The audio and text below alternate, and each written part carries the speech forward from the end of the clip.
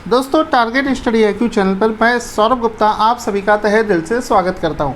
दोस्तों, UPPCS exam के आखिरी के 40 दिन बचे हुए हैं।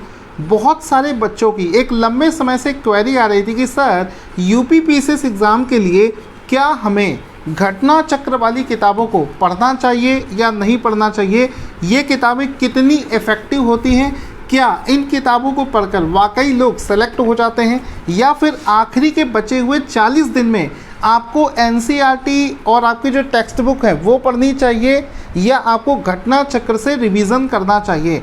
तो इस वीडियो को देखने के बाद में आपके मन में सारे डाउट क्लियर हो जाएंगे और ये वीडियो आपके लिए देखना बहुत ज़रूरी है क्योंकि इस वीडियो से आपको बहुत बेनिफिट होने वाला है। देखो, अगर हम दोस्तों बात करें वर्ष 2016 तक की बात करें तो 2016 तक क्या हो रहा था कि जिस तरीके से एग्ज़ाम का पेपर बनाया जा रहा था उस बेसिस पर ज़्यादातर बच्चे जो घटना चक्र से तैयारी कर रहे थे उनका सिलेक्शन हो जा रहा था। इस वजह से ये किताबें बहुत ज़्यादा फेमस हो गई।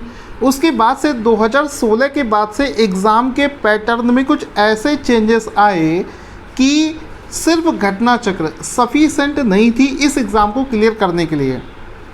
तो पहला क्वेश्चन का मैं आंसर देता हूं कि सर हमको क्या घटना चक्र की किताबें पढ़नी चाहिए। देखो, मैं आपको इसका आंसर बताता हूं। घटना चक्र की किताबों में देखो होता क्या है, जैसे कि आप ये किताब देख रहे होंगे तो इसमें क्या होता है, कि पिछले 5 से 10 वर्षों के क्वेश्चंस आंसर दे रखे होते हैं।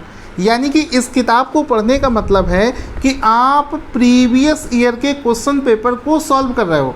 इसका सीधा मतलब है प्रीवियस ईयर क्वेश्चन पेपर आप सॉल्व कर रहे हो और इसका जो सॉल्यूशन आप देखोगे तो बड़े ही फैक्चुअल बेसिस पर इसका सॉल्यूशन दे रखा होता है, फैक्ट बेसिस पर दे रखा होता है। यानी कि ये किताब तो बहुत ही ज़्यादा शानदार है क्योंकि इसमें तो प्रीवियस ईयर के क्वेश्चन दे रखे हैं। लेकिन अगर आप सिर्फ इस किताब को पढ़कर पीसीएस का एग्ज़ाम देना चाहते हैं तो वो पॉसिबल नहीं हो सकता है क्योंकि प्रीवियस ईयर क्वेश्चन जो हैं वो आज की डेट में यूपीपीसीएस एग्ज़ाम में 30% से ज़्यादा कभी भी रिपीट नहीं होते हैं। ज़्यादा से ज़्यादा 20 या 25% तक रिपीट हो जाते हैं, उससे ज़्यादा प्रीवियस ईयर के क्वेश्चंस रिपीट नहीं होते हैं। इस वजह से सिर्फ इन किताबों पर आश्रित रहना भी गलत है। आपको क्या करना पड़ेगा, सबसे पहले किसी सब्जेक्ट की थ्योरी आपको पढ़नी पड़ेगी जिसके लिए आपको एक टेक्स्ट बुक लेना पड़ेगा। चाहे आप NCERT से पढ़ते हो, चाहे आप किसी दूसरी किताबों से पढ़ते हो, आपको एक थ्योरेटिकल बुक से पहले कॉन्सेप्ट डेवलप करने पड़ेगा। और सिर्फ कॉन्सेप्ट डेवलप करने से नहीं होगा, उस किताब के अंदर जो भी आपने थ्योरी पढ़ी है उसके फैक्ट आपको बहुत अच्छे से याद होने चाहिए। फैक्ट आपको कब याद होंगे, जब आप घटना चक्र की किताबों से रिवीजन करेंगे।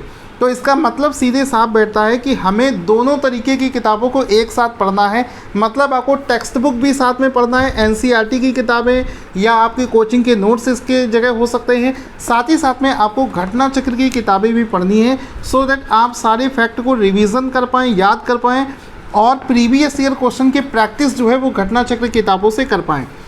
अब एक सवाल आता है कि सर चूँकि आखिरी के 40 दिन बचे हुए हैं, इस आखिरी के 40 दिन में क्या हम इन किताबों पर भरोसा कर सकते हैं? तो मेरा आंसर होगा इन किताबों पर आप पूरा भरोसा कर सकते हैं। रीज़न उसका क्या है, क्योंकि अब आखिरी के समय पर आप टेक्स्ट बुक से रिवीजन करने नहीं जाएंगे। बहुत ध्यान से समझना, क्योंकि छोटी छोटी गलतियों से ही आपका सिलेक्शन रुक जाता है। अगर आप इन सब चीज़ों पर फोकस करेंगे तो डेफिनेटली एग्ज़ाम क्रैक होगा।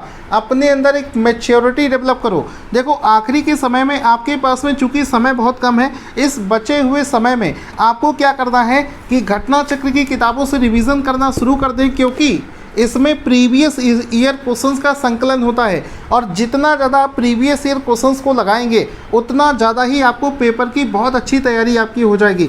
इस वजह से ज़्यादा आखिरी समय में इन किताबों को पढ़ने की कोशिश करें, आपका सिलेक्शन श्योर होगा। बाकी इसके अलावा आपके तैयारी से संबंधित कोई भी डाउट आपके मन में है तो आप मुझसे डायरेक्ट इस वीडियो के कमेंट बॉक्स में कमेंट करके पूछ सकते हैं।